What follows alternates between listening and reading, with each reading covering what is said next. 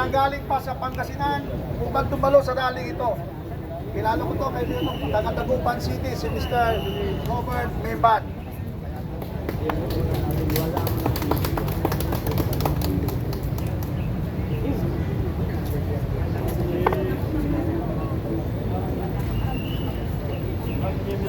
Maganda.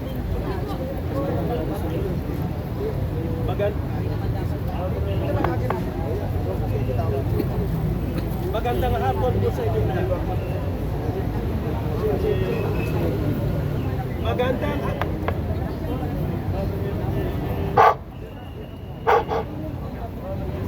Magandang hapon po sa inyong lahat. Nagpapasalamat ako sa inyo sapagkat pumunta kayo dito.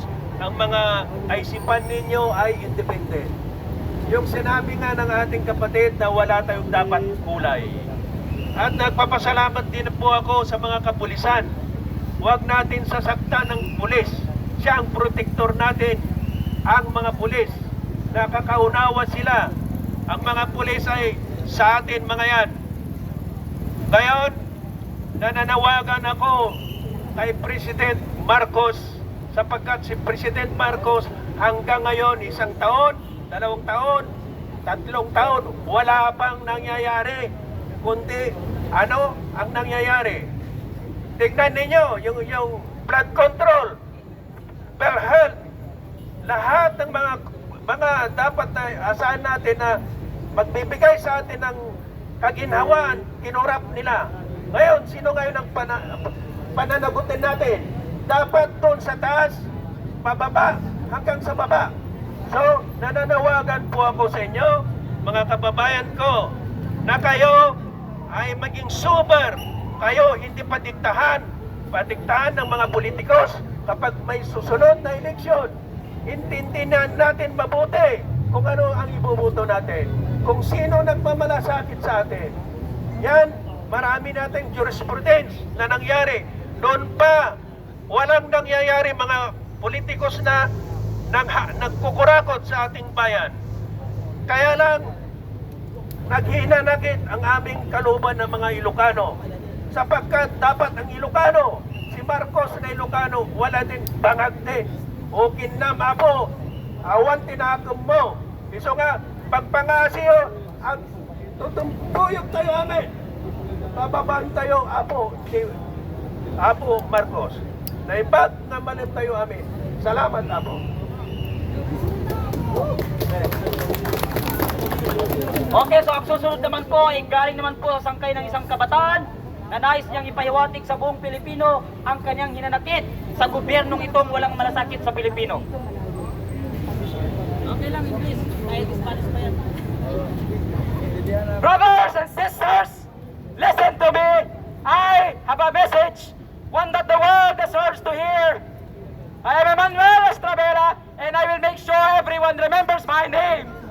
I was born poor, raised on scraps by parents who nearly worked themselves to death just to keep me alive. As I stand up on the stage, I stand here as a common man, as one of you. I am no fortunate son, nor a political expert, but I do know one thing. The time for peace and submission is over. Look around you. Do you not see the corruption of the government? Their greed. Open your eyes. These crocodiles feast in their mansions, fattening their bellies, and building their empires using taxpayer money. These insolent fools plundered billions from the national treasury just for them to spend it all on expensive cars and luxury bags, while our countrymen drown in the floods that their irresponsibility had brought upon us. They know who they are, but do we? They are the dynasties, rich families that dominate 80% of Congress using our taxes as their income. These avaricious pigs come crawling back every time we overthrow one of them, just in a different mask.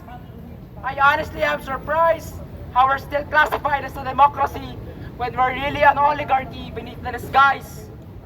It is an administration for the elite, by the elite. And if you wonder why, it's because we keep letting them back in. Though here's the naked truth, it's not just them. As much as it saddens me to admit, we have our fault in it too. A little dance on TV, a sad backstory, a little vote buying, and we fall for it. We clap, we cheer, we believe. We fall for their lies. We pray for change, but every time we get more of the same empty promises. And what do? We call out corruption, sure. We make edits on TikTok, shame them on Facebook, as if they listen. They already know what they are doing.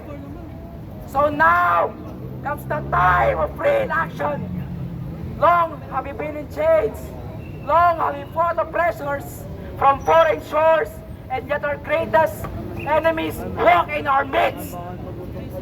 Tagalog, Bisacol, terorista, these are some of the words we hurl at each other when they lead feast on our neighbor.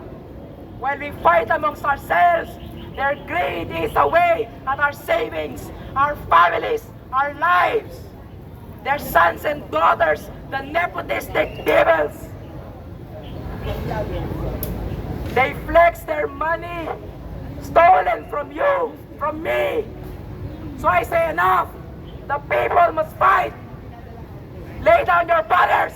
Forget your petty divides.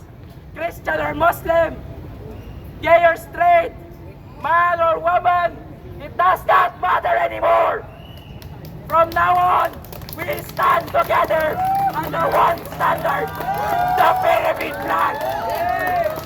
We are those three colors, those three stars protecting our sun from the darkness that dares to eat at home.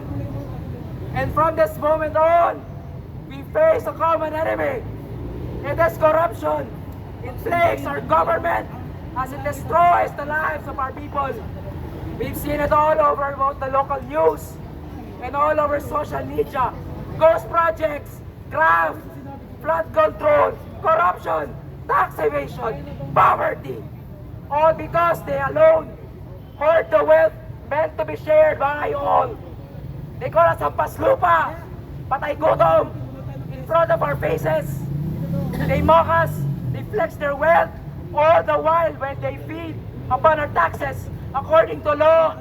This is punishable by jail time. And yet, these hypocrites still walk free. So one may ask why or how. What is the shield that keeps these leeches sucking our nation's coffers dry? Well, everyone, the answer is simple. It is the system. These laws are written by the same bastards to save their own skin. We already had laws such as Articulo 2, Section 26, abandoned political dynasties, and yet they fester in Congress. Hell, the current administration is ruled by one right now. RA 3019, anti-graft law, a law forbidding spending public money for personal and familiar needs, and yet they're getting sold us while letting the impoverished rot in hunger. Their decadence is clearly violating the specific part of the law. And yet, when a man steals bread, he is jailed.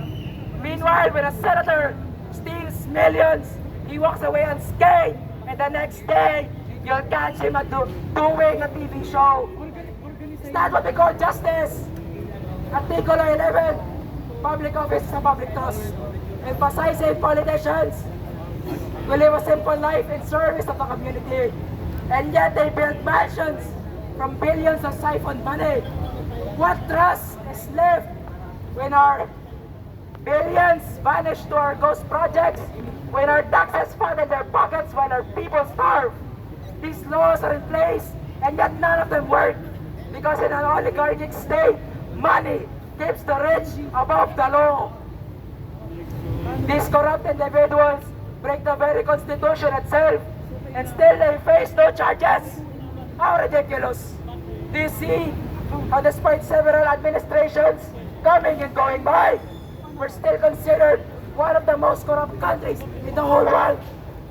It's a 1 and 2, sure, both victories.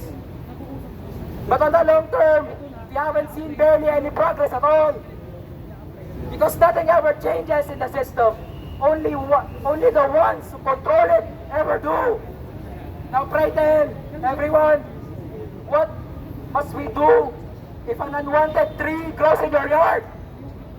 We strip it of life, of its source of power, and then we cut it from the roots. We kill it. And as for our nation, we must not hope for a strong leader. Instead, we must burn the corruption that festers within. Give back the money they stole and replace the old system with a newer, better one that allows good leaders to naturally thrive in. But thankfully, not all hope is lost. Recently, I saw a bill that was discussed in Congress supporting the death penalty of corrupt politicians, and honestly, I give my full support to it. Do you? Yes. Good. We need change, reform. But alas, I hope for it to make the cut. But as expected, it did not. Of course it would fail. Because if it did pass, we would barely have a government by tomorrow. Now guess why it failed? A violation of human rights, they say. Human rights? Bullshit! Do not talk to me about human rights when you are ignoring the human rights of our impoverished brethren while your asses fatten up atop the money you bled dry from the country's wallet, and they don't even try to hide it. Their sons and daughters, the nepotistic scum of the earth, berate us to our face. Especially you, Claudine Kong, Jamie Cruz. Jamie Cruz, buti ka pa, may nagagawa ka eh. Sobrang taba mo eh. Ikaw na yung pangaharap namin sa flood control.